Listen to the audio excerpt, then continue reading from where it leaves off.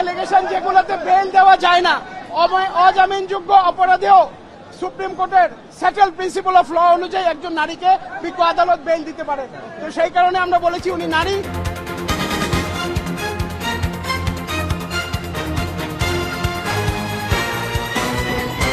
আজকে সাবেক speaker doctor Shirin Sharmin Chowdhury, supreme কোর্টের অ্যাডভোকেট, ওকে অ্যারেস্ট করা হয়েছে।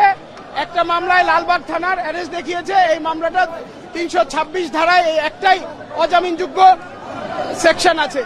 আমরা ওনার পক্ষে আজকে কোর্টে সাবমিশন রেখেছি। ওনার জামিন চেয়েছি।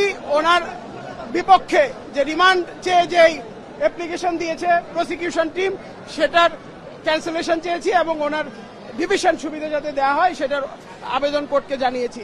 বিজ্ঞ আদালতে আমরা বলেছি যে সংবিধানের 74 ধারা মূলে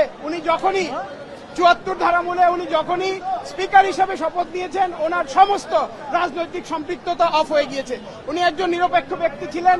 ওনার নামে এই পর্যন্ত কোনো ব্যাড রেকর্ড নাই এবং আগাগোড়া উনি একজন কমপ্লিট ক্লিন মানুষ এবং উনি প্রথমত নারী এবং যে সমস্ত খুন এবং অন্যান্য আপনার এলিগেশন যেগুলোতে বেল দেওয়া যায় না, অজামিনযোগ্য অপরাধেও সুপ্রিম কোর্টের সেটেল প্রিন্সিপাল অফ ল অনুযায়ী একজন নারীকে বিজ্ঞ আদালত বেল দিতে পারে।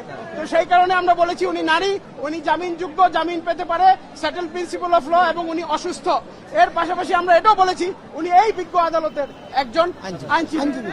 এগুলা কনসিডার করে যাকে ওনাদেরকে বেল দেওয়া হয়, জামিনে মুক্তি দেওয়া হয়, ওনার রিমান্ড যে আবেদন করেছে পিপি সাহেব সেটা যাতে রিজেক্ট করেন এবং ওনাকে যাতে ডিভিশন দেয়।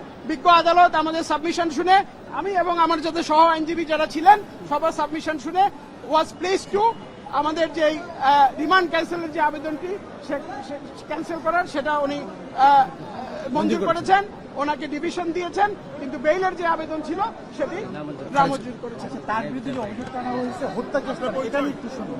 এই ওনার বিরুদ্ধে হত্যা চেষ্টা যে অভিযোগ আনা হয়েছে এটা হচ্ছে লালবাগ থানার একটা মামলা। সেটা এই জুলাই আগস্ট আন্দোলনের সময় হয়েছে 326 ধারায়। এই মামলায় একটাই অজামিনযোগ্য ধারা আছে, এটা হচ্ছে 326। কিন্তু যেহেতু উনি স্পিকার ছিলেন, ওনার কোনো রাজনৈতিক সংশ্লিষ্টতা একেবারেই ছিল না, তো উনি তো আসলে এই জুলাই আগস্টের সাথে কোনোভাবেই সম্পৃক্ত হতে পারেন না।